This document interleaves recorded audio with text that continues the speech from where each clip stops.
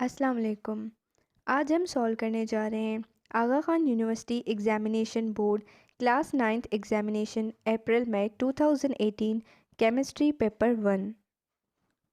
Before proceeding to the video, please like and share the video and subscribe to my channel. Let's get started. Question number 1, what is the valency of iron in ferric nitrate. Ferric nitrate compound में iron की valency find करनी है। सबसे पहले हमने determine करना है कि फेरिक नाइट्रेट कंपाउंड की ओवरऑल चार्ज क्या है। Overall ferric nitrate is neutral compound, इसलिए इसकी चार्ज इक्वल टू ज़ीरो होगी। इसकी दूसरी साइड हम आयरन रखेंगे, प्लस में नाइट्रेट रखेंगे। नाइट्रेट क्योंकि 3 है तो हम इसको मल्टीप्लाई करके 3 आगे लिखेंगे और एक नाइट्रेट की चार्ज -1 है, -1 रख के इक्वल टू ज़ीरो करेंगे। 3 1 के साथ मल्टीप्लाई होके -3 हो जाएगा equal to zero. Next step 3 उस साइड जाके +3 हो जाएगा, यानी कि फिर आयरन की फेरिक नाइट्रेट में +3 चार्ज है, यानी कि option D is correct. Question number 2, the values of the W, X and Y in the giving chemical equation are. हमने दी गई है एक केमिकल इक्वेशन, उसमें हमने कोएफिशिएंट्स फाइंड करने हैं। अमोनिया का कोएफिशिएंट फाइंड करना है, ऑक्सीजन का फाइंड करना है और नाइट्रिक ऑक्साइड का फाइंड करना है। कोएफिशिएंट्स को फाइंड करने का मतलब है कि इस इक्वेशन को बैलेंस्ड फॉर्म में लिखना है। अब ये कैसे करेंगे? सबसे पहले हम देखेंगे कि हमें गिवन क्या है। अब वी है 6H2O, यानी कि 6 ऑक्सीजन है हमारे पास और 12 हाइड्रोजन है। सबसे पहले हम हाइड्रोजन को बैलेंस करेंगे अमोनिया के पास जो है। तो W को हम, क्योंकि जो हाइड्रोजन है वो 3 गिवन है, तो उसको हम मल्टीप्लाई करके 4 के साथ लिखेंगे। ये हमारा 4 मल्टीप्लाई 3 हो गया, तो हाइड्रोजन 12 पूरे हो गए। तो इससे हमें W मिला जो कि 4 है। 4 नाइट्रोजन हो गए, तो यहाँ पे भी 4 ही नाइट्रोजन हो जाएंगे। Y भी हमें 4 मिल गया। उसके बाद हम ऑक्सीजन को कैलकुलेट करेंगे, तो ये 4 ऑक्सीजन प्लस ये 6 ऑक्सीजन, ये हो गए हमारे पास टोटल ऑफ द 10 ऑक्सीजन। ये ऑक्सीजन हमारे पास मॉलिक्यूलर फॉर्म में गिवन है, यहाँ पे जो है ऑक्सीजन मॉलिक्यूलर फॉर्म में गिवन है, तो इसलिए हम यहाँ पे 5 देंगे। तो the correct answer should be C। Question number 3. A compound X has an empirical formula C4H9 and its molecular mass is 114 gram per mole. Which of the following represents the molecular formula of the compound X? Molecular formula of a compound को calculate करने के लिए हमने एक integer find करना होता है जो कि n होता है। वो n जाके हम एम्पिरिकल फार्मूला के साथ मल्टीप्लाई करते हैं और हमें रिजल्टेंटली मॉलिक्यूलर फार्मूला मिल जाता है। n हम ऐसे कैलकुलेट करते हैं कि n is equal to molecular formula mass divided by empirical formula mass. अब we have the molecular formula mass given that is 114 gram per mole. Empirical formula mass given नहीं है, लेकिन एम्पिरिकल फार्मूला गिवन है, तो हम उसका formula mass calculate करेंगे। अगर हम C4H9 का फार्मूला मास कैलकुलेट करें तो दिस विल बी 57। तो इसलिए हम 114 के साथ 57 को डिवाइड करेंगे और हमें रिजल्टेंटली 2 आंसर मिलेगा। यहाँ पे हमने इंटीजर 2 मिल गया। अब हम क्या करेंगे, ये जो हमारे पास एम्पिरिकल फार्मूला गिवन है C4H9, इसके साथ हम इस 2 को मल्टीप्लाई करेंगे। जब हम 2 को मल्टीप्लाई करेंगे C4H9 के साथ तो C8 और H18 हमें मिल जाएगा, यानी कि C option. Question number 4. Which of the following options shows the subatomic particles of a species having a +1 charge on it?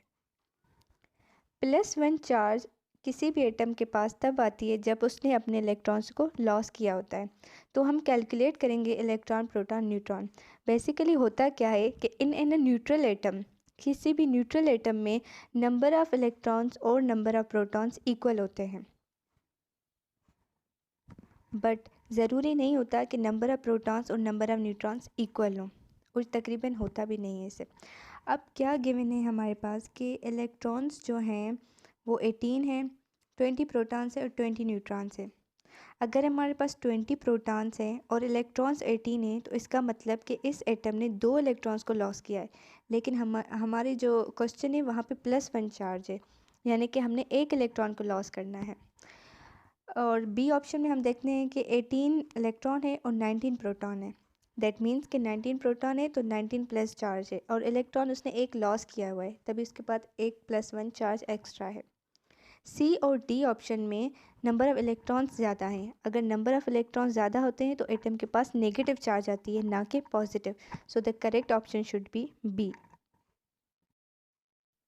Question number 5, Rutherford's atomic model explains all of the following statements except that the, कह रहा है कि Rutherford जो atomic model था वो ये सारी points explain करता है, सारी करेक्ट है एक्सेप्ट इनमें से गलत कौन सी पॉइंट है।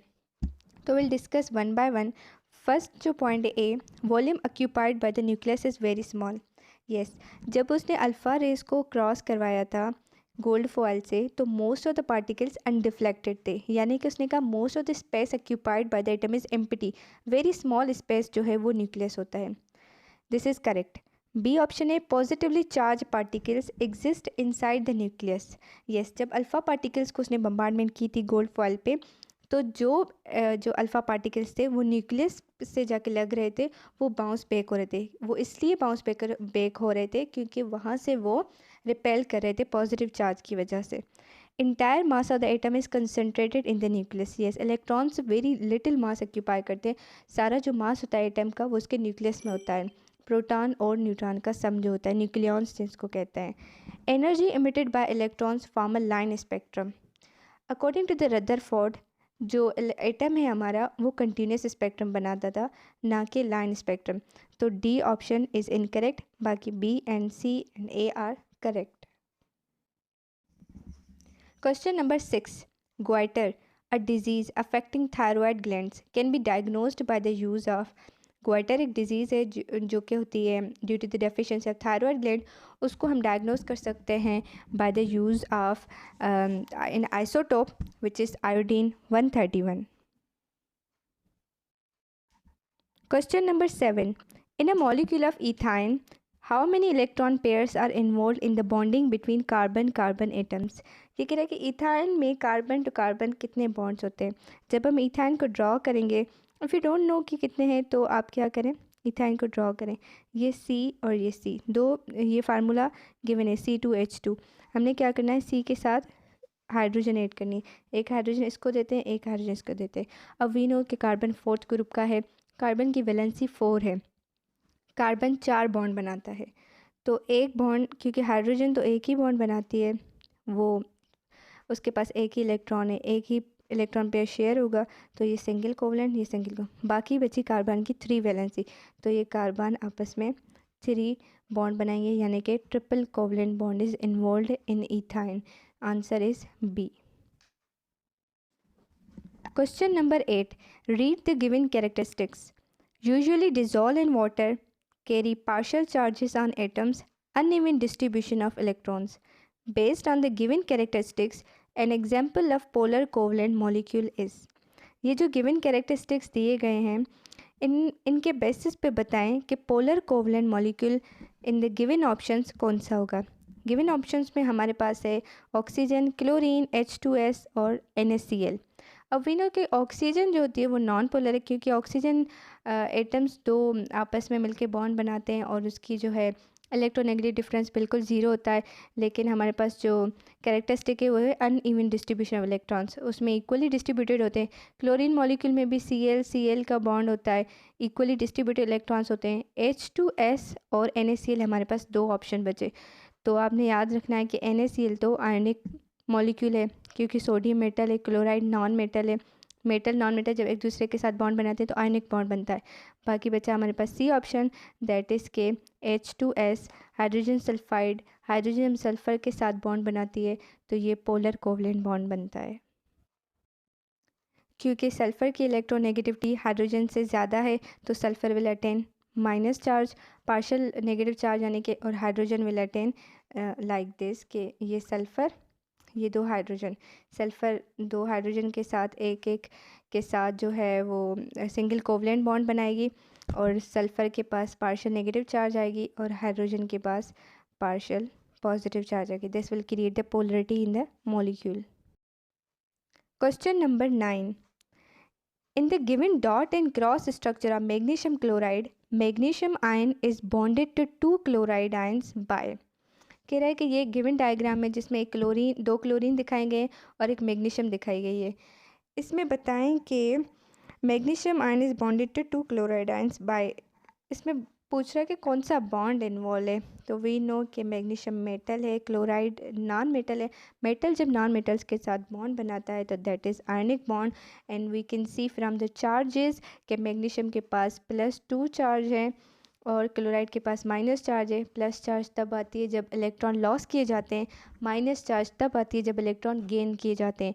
तो loss and gain of electrons involve होते हैं हमारे आयनिक बॉन्ड में। Question number 10. Which of the following statements is false regarding ionization energy of elements? A option. The first ionization energy of lithium is less than that of the beryllium. This is correct. Why? Because lithium और beryllium period same के हैं लेकिन इनके groups different है। Lithium first group का है, beryllium second group का है। अगर हम पीरियड में ट्रेंड देखें तो ionisation energy in the period increase होती है, इसलिए लिथियम की लेस होगी as compare to beryllium. Option B. The second ionization energy of magnesium is less than that of sodium. This is also correct. Why? Because magnesium second group का है, sodium first group का है। sodium जब अपना first electron remove करता है, valence electron first ionisation energy के through, वो उसकी लेस होती है एज कम्पेयर टू मैग्नीशियम। जब मैग्नीशियम जो है या सोडियम, उनकी जो सेकेंड आयनाइजेशन एनर्जी वो ज़्यादा क्यों है मैग्नीशियम की? इसलिए ज़्यादा है क्योंकि मैग्नीशियम के पास 2 इलेक्ट्रॉन्स है, एक तो उसने रिमूव कर, लेकिन स्टिल इट हैज़ 1 इलेक्ट्रॉन, तो वो इजीली रिमूव कर सकता है। लेकिन सोडियम जब अपना एक रिमूव कर चुका होता है तो वो स्टेबल कॉन्फ़िगरेशन में आ जाता है, उसके पास बाकी जो है वो ऑक्टेट कंप्लीट बचता है। तो स्टेबल कॉन्फ़िगरेशन से फिर अनस्टेबल होने के लिए उसको large amount of energy require होती है, इसलिए सोडियम की जो है वो सेकेंड आयनाइजेशन एनर्जी ग्रेटर होती है। Option C. It is the amount of energy required to remove an electron from a gaseous atom or ion. This is the definition of ionization energy and it is correct. D option. It is the tendency of an atom or molecule to attract electrons of other atom or molecule to itself. This is wrong because this is the definition of electronegativity. Question number 11. Which of the following is correct about groups in the periodic table? Groups के बारे में periodic table में क्या सही दिखाया गया है? Option A. Both metal and non metals are present in all groups. No, this is not correct. हर ग्रुप में मेटल और नॉन मेटल नहीं होते. सपोज फर्स्ट ग्रुप है, सेकंड ग्रुप है, उनमें कम्प्लीटली मेटल्स हैं. Option B. Reactivity in non metals increases when moving up a group. Yes, this is correct. Reactivity जो है वो इंक्रीज होती है while moving up a group. Option C. Ionisation energy of element increases when moving down a group. No, ionisation energy decreases moving down a group. Total number of electron for each element in a group is same. No, this is also wrong. Question number 12. In which period of the periodic table an element with atomic number 14 is placed?